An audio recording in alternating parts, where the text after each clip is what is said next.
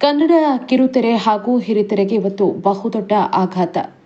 ಖ್ಯಾತ ನಟ, ನಿರ್ದೇಶಕ, ನಿರ್ಮಾಪಕ ದಿಲೀಪ್ ರಾಜ್ ವಿಧಿವಶರಾಗಿದ್ದಾರೆ. ಹೃದಯಾಘಾತಕ್ಕೆ ಬಲಿಯಾಗಿದ್ದಾರೆ. ನಟ ದಿಲೀಪ್ ರಾಜ್ ಅವರಿಗೆ 47 ವರ್ಷ ವಯಸ್ಸಾಗಿತ್ತು.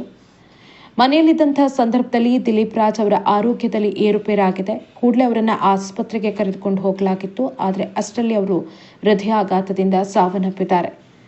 ಸಿನಿಮಾ ರಂಗದಲ್ಲಿ ಜೊತೆಗೆ ಕಿರುತೆರೆಯಲ್ಲಿ ತಮ್ಮದೇ ಆದಂತಹ ನಟನೆ, ನಿರ್ದೇಶನ ಹಾಗೆ ನಿರ್ಮಾಣದ ಮೂಲಕ ದಿಲೀಪ್ ರಾಜ್ ಗಮನವನ್ನ ಸೆಳೆದಿದ್ರು. ಅವರು ಅಭಿನಯಿಸಿದಂತಹ ಕೊನೆಯ ಸಿನಿಮಾ ಇತ್ತೀಚೆಗಷ್ಟೇ ರಿಲೀಸ್ ಆಗಿತ್ತು, ಲವ್ ಮಾಕ್ಟೇಲ್ 3. ಇದರ ಜೊತೆಗೆ ಮಿಲನ ಇರಬಹುದು, ಯು ಟರ್ನ್, ಆರ್ಕೆಸ್ಟ್ರಾ ಮೈಸೂರು, ನಿಮ್ಮ ವಸ್ತುಗಳಿಗೆ ನೀವೇ ಜವಾಬ್ದಾರರು ಸೇರಿದಂತೆ ಹಲವು ಸಿನಿಮಾಗಳಲ್ಲಿ ವಿಭಿನ್ನ ಪಾತ್ರದ ಮೂಲಕ ದಿಲೀಪ್ ರಾಜ್ ಗುರುತಿಸಿಕೊಂಡಿದ್ರು.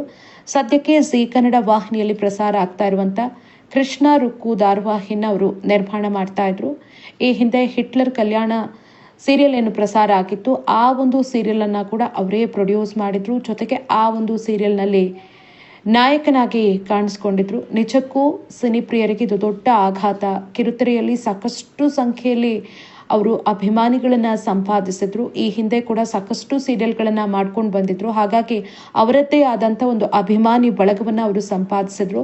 ದಿಲೀಪ್ ರಾಜ್ ಅವರ ಈ ಒಂದು ನಿಧನ ಅವರ ಅಭಿಮಾನಿಗಳಿಗೆ ಬಹುದೊಡ್ಡ ಶಾಕ್ ಅನ್ನ ತಂದೊಡ್ಡಿದೆ.